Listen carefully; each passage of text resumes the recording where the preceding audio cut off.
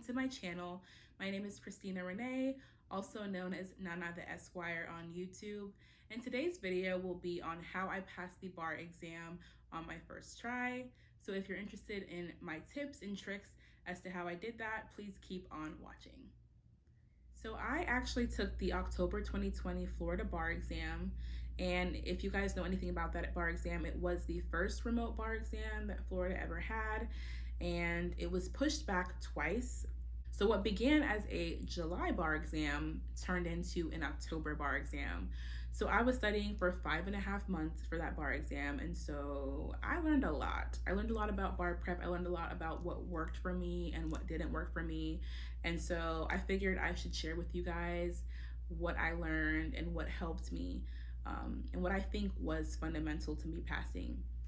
So jumping right into the video, my first tip is going to be on how to create an effective study schedule. So the most popular question that I get asked is always, how long should I be studying for? What is the ideal study time? And how many hours a day should I be aiming for when it comes to studying? And my answer will always be, there is no ideal time, because there isn't. It really just depends on the lecture for the day, how confident you are in that material, and if you need to go and look to supplemental resources. So yeah, there is no amount of time that is the ideal time to be studying for. I personally typically would do 10 to 12 hours just because that's really what my course demanded of me. That's how much time it took me to get through all my lectures, to get through all the material that my course gave me. But it wasn't necessarily my goal for the day was to be studying for 12 hours. If I could study for 5 hours or 6 hours and still feel like I studied and that I digested that material, then that's what I would do. And I recommend that you guys do the same. So your bar prep course at the beginning will definitely lay out your days pretty well. So you will basically have everything you need to do there for you and set up for you. So you're not having to do any extra planning, any extra scheduling for what you're doing for the day. What really was important, especially at the beginning, was just finding a time to start and then just being consistent at doing that every day so I didn't fall behind. Bouncing off the topic of study schedules, another important aspect is going to be your study space. So you're going to want to find a space that is separate from where you relax, where you have downtime. You're going to want to find a space that you can kind of be in bar exam mode. And so if that means an office, or if that means, for me, it was my dining room table, it was away from my room, it was somewhere I put all my bar exam materials on there. And at the end of the day, I left them there and I went back in my room. Guys, you're gonna wanna be able to separate the two out, because you don't wanna be consumed in bar prep so that you're just always miserable. Okay, so tip number 2 is gonna be on study buddies. So for me, my study buddy was essential. She helped me so much. She really was there for me. I always tell my study buddy, Michaela, she actually has a YouTube channel as well. Her name is Miss Boss03 if you want to check her out. I always tell her how she was just fundamental in just keeping me in check, keeping me mentally in check. I definitely had those days where I needed to vent to someone, where I, was having bad days, where I felt burnt out, and having someone to talk to and someone who can relate to what I was going through at that moment was just really amazing. Because although I had my family and friends there, they could not really understand what was going on. They would always say, oh, well, you're just so smart, don't worry about it, you're gonna pass, you're smart. And they don't really get what you're going through. I recommend also that your study buddy have a different course than you do. And the reason for that is because you can also share questions, multiple choice questions specifically. And so when you do your questions, when you're doing your multiple choice questions, you'll likely go through them a couple of times, and then at a certain point you start to kind of memorize the questions and the answers, and so you're no longer really learning the material. When that happens, you can ask your study buddy for their multiple choice questions from their course, and so you're getting more exposure to how these questions are being tested. You're getting exposure as to how they can ask a certain question. Okay, so moving on to the next tip. So another thing that I did was I put breaks into my schedule. I need to take breaks personally so that I'm not just zoning out of the material. And so those breaks really help me to kind of take a look at something, come back with a fresh mind and ready to receive more information. Okay, guys, so the next tip that I have for you guys is going to be about the essay portion of the bar exam. So, just to give you guys an overview, if you are not familiar with how the bar exam is structured, there are two parts of the bar exam.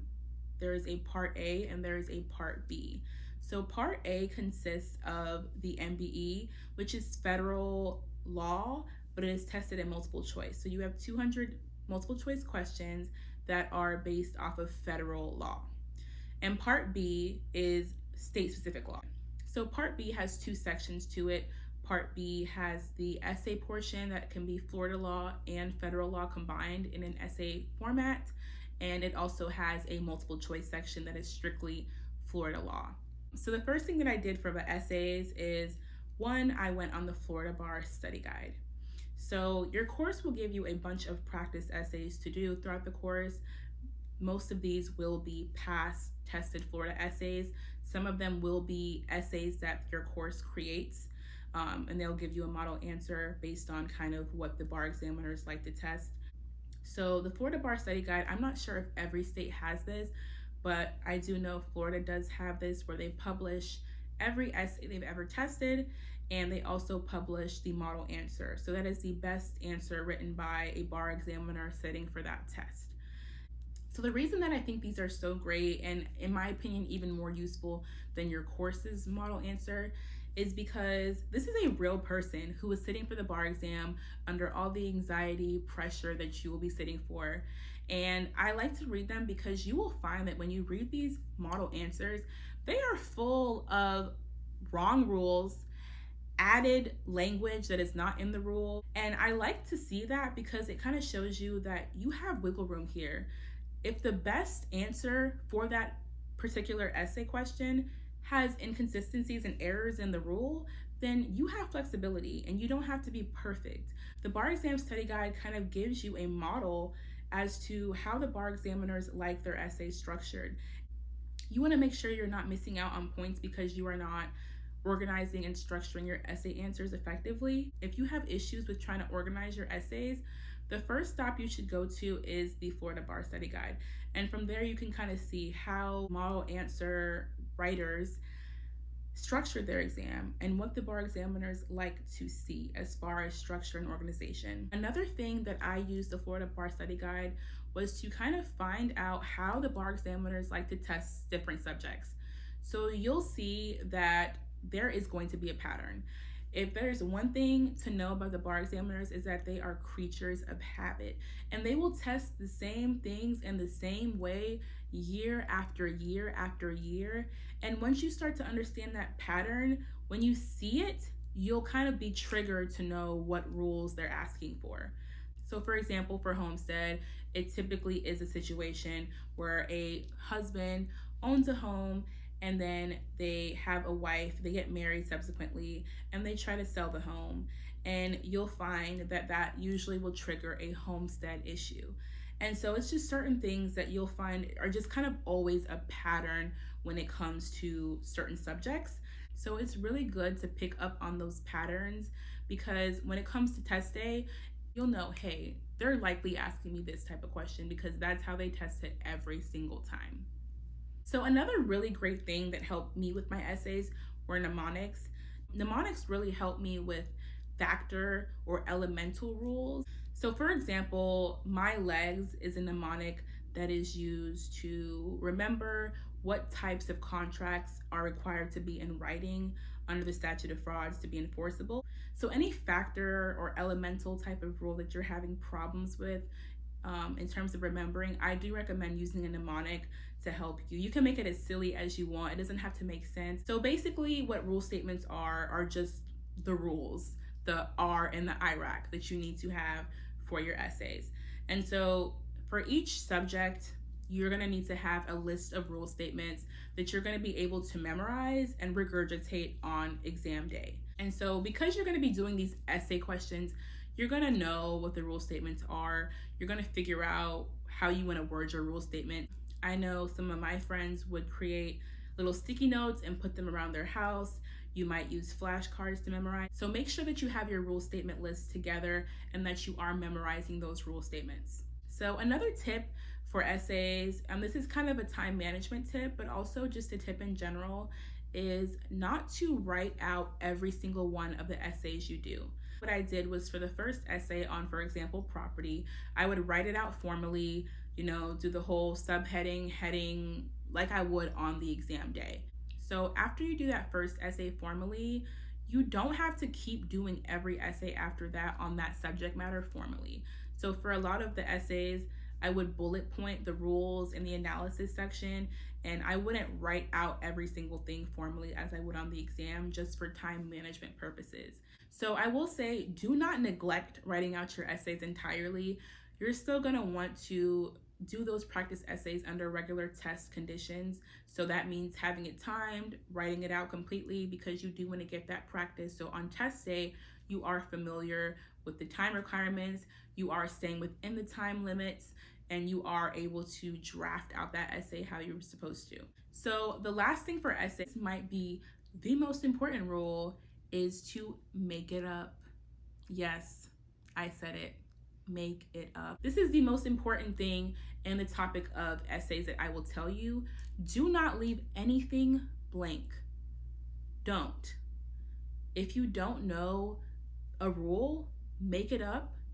Write down the parts of the rule that you know, and then whatever else you don't know, think of something that sounds good to you and make that rule up.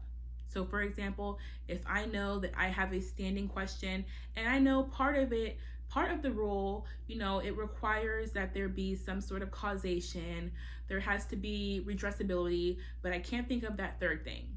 Make it up. Please do not leave any points on the table. Make up that rule. Okay? So next we're going to talk about outlining. So I know you thought you were done with outlining in law school, but surprise, she's back. Reason why is because those fill in the blank outlines can sometimes be 60 pages, sometimes 70 pages. And nobody wants to or can effectively study on a 70-page outline, especially if you have long outlines for multiple subjects. And so for me, I would take that fill in the blank outline, and I would also take the convisor outline, which is like the shorter outline that they kind of used for like the final prep review, and I would create my own condensed outline based on that. If you want to streamline the outline process, instead of just filling in the blanks with your lecture, you could instead just, as you would in a law school lecture, just kind of create your outline as the lecture is going on, and that way you're not having to later condense from the fill in the blank outline. That is entirely up to you. I personally recommend creating your own outline because to me, that helps me remember the information better. It helps me understand the information better as well when I create my own outline. So that's what I recommend. Okay, so moving on from essays, now we're going to talk about multiple choice. So with multiple choice, there's definitely a lot less leeway. It's either you know the answer or you don't know the answer. You can't make anything up. You can't BS your way around it. You just have to know. And so here is what I did to make sure that I really knew my rules so that I was picking the correct answer for these multiple choice questions. So for multiple choice, my first tip is to do all of your questions 3 times. This is key because repetition is what is going to ingrain those rules into your memory. So this applies to both Florida multiple choice questions and MBE questions. So for each subject, you're going to want to go through all the questions your bar prep company has for you 3 times.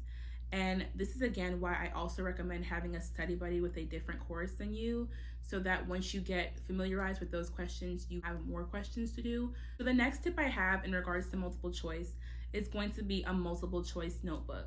Now this again applies to both MBE and Florida multiple choice. So this tip right here is the tip. Okay, if you weren't paying attention the entire video, now's the time, because this is the tip that really helped my multiple choice scores skyrocket.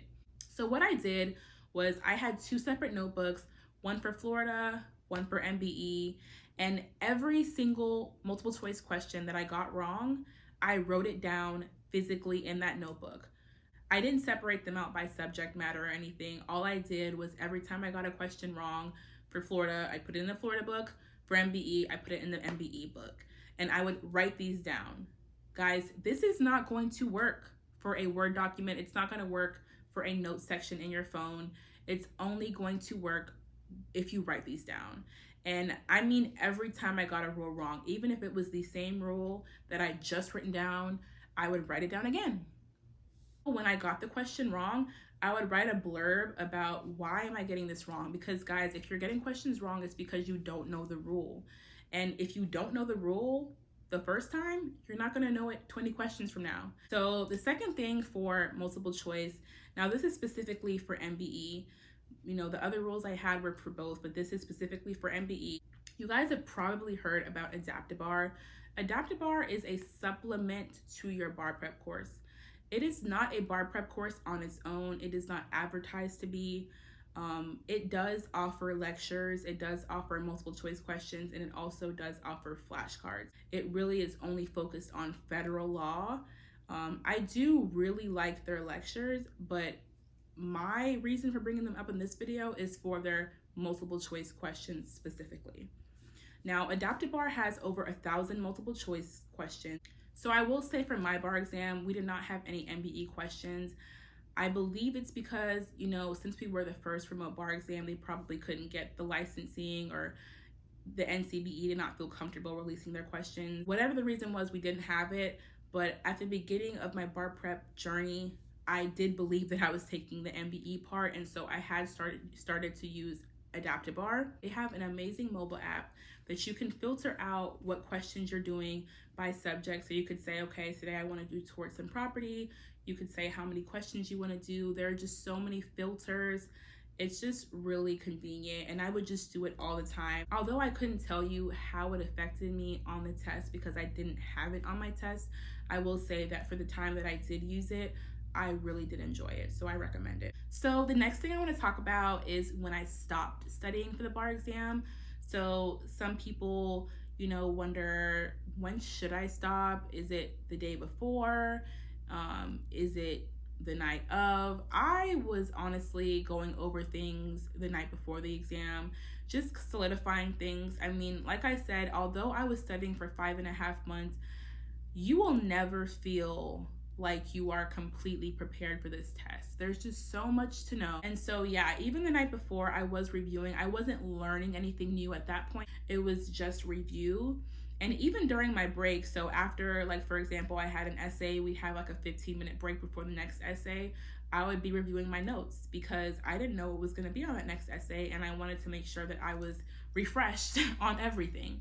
So that is it for this video, guys. I really hope this video was helpful for you guys, that you learned something from it, and that you feel a little bit more confident going into the bar prep process.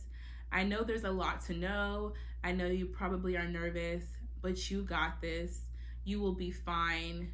Remember to be kind to yourself, and I wish you the best of luck on this exam.